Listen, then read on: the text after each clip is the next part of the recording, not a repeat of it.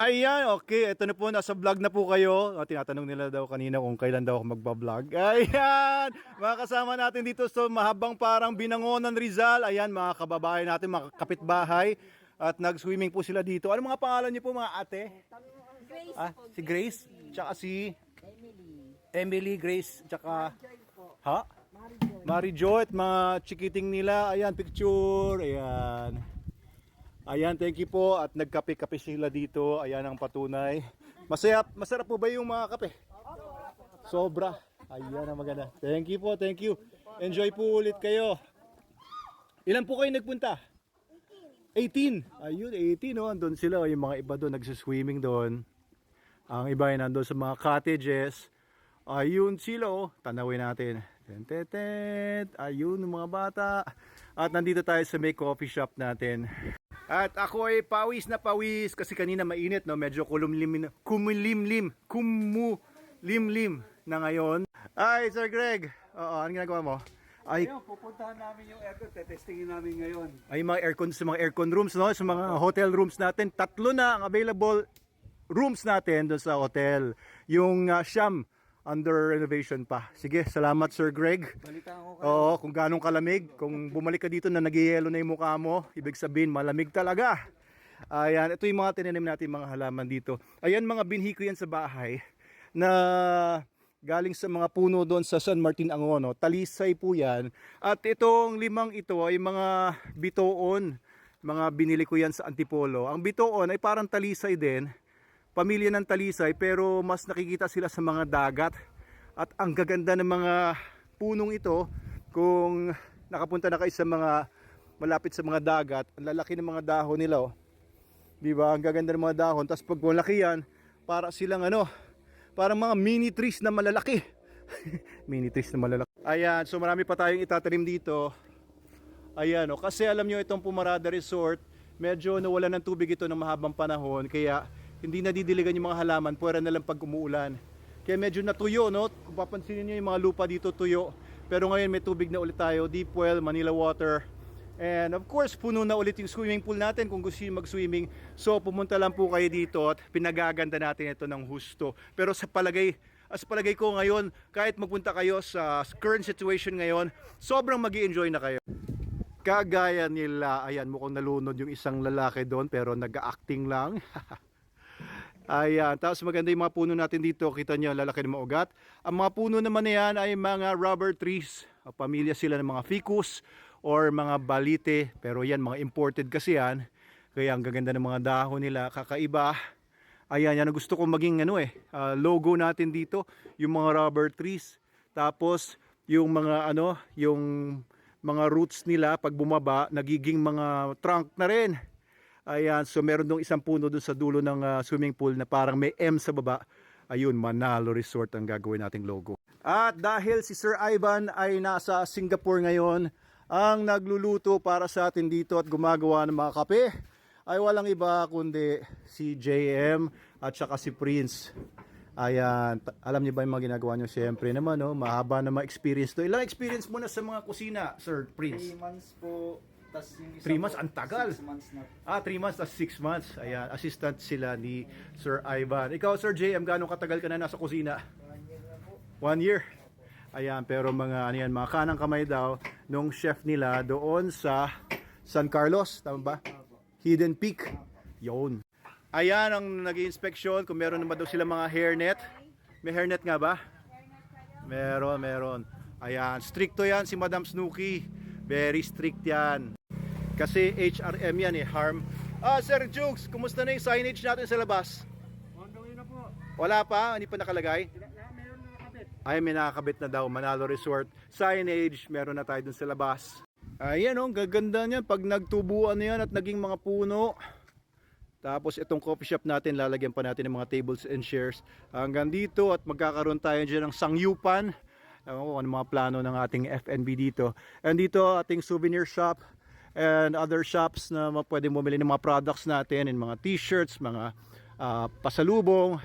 At dito mga ibang shops, alamin pa natin, no? Ayan yung mga nag-enjoy dito. Kamustahin nga natin sila. Ayun, no?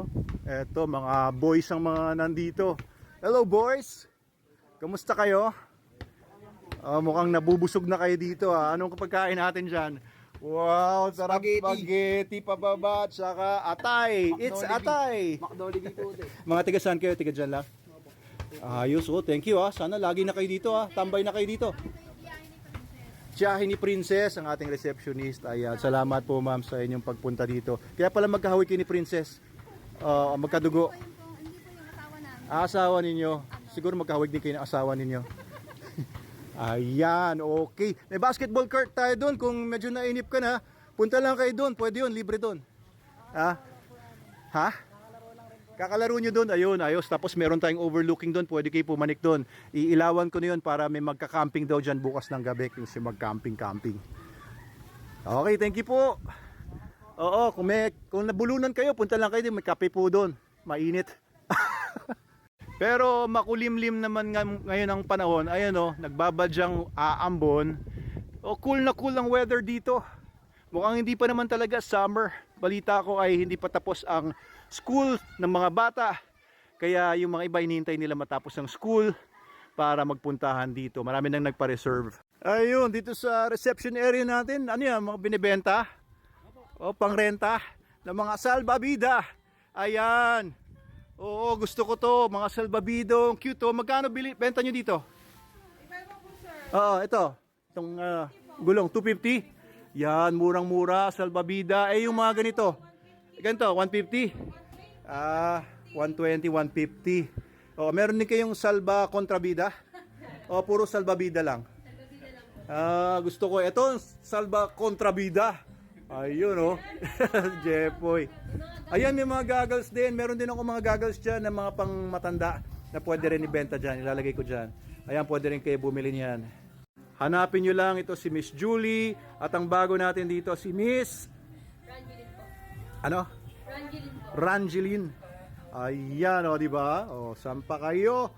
Libre. Hindi pala libre. Magbayad lang kayo dito. Ito nga pala yung mga swimming pool rules ninyo.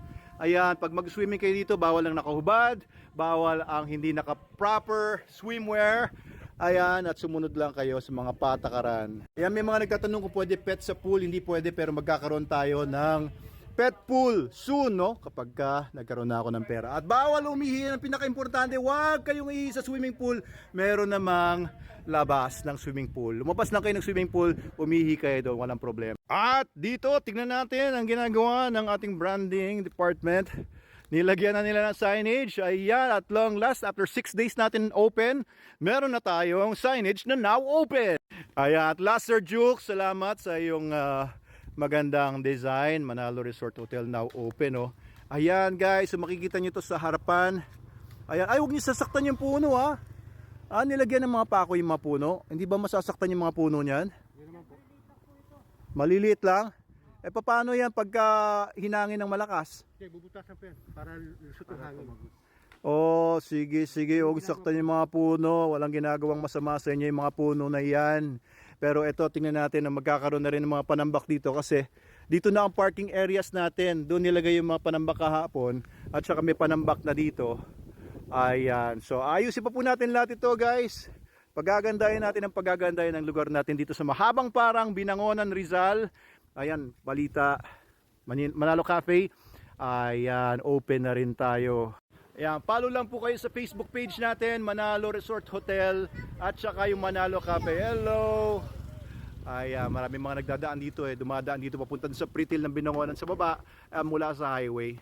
O, anong mga sinasabi ng mga kliyente natin dito tungkol sa stay nila? Natutuwa naman ba? Opo, enjoy na enjoy po daw sila. Oh, enjoy Tsaka na enjoy. masarap po yung coffee daw. Sarap yung coffee. Opo. Pati sabi mo kapon sinangag. Opo, sinangag. Yung Sinangag. mga tapsilog. Oo. Iba-iba po daw sa mga tapsilog na natikman po nila. Kakaiba. Hindi dahil empleyado ka lang. Hindi po, walang halong extra po yun. Ayun, oy. Ikaw rin ganun din naririnig mo sa mga Lalo na kliyente. po yung kape daw po. Kape. Sobrang sarap. Papalipa daw po, gising ka po hanggang alas 2. Hanggang alas 2. Grabe. Oo, pero maraming mga nag-i-inquire, no? Opo. Pupunta pa sa mga susunod. Ang dami na rin po nagpapabook po rin. Oh, hindi niyo naman tinatarayan, ha? Hindi po. Baka naman tinatarayan ninyo. Ito, mataray. Ayan, no? Pagka nakita niyo yan, huwag kayong matatakot yan. Trabaho niya talaga yan, gwardiya yan, eh. Oo, tinatakot niya yung mga masasamang loob lang.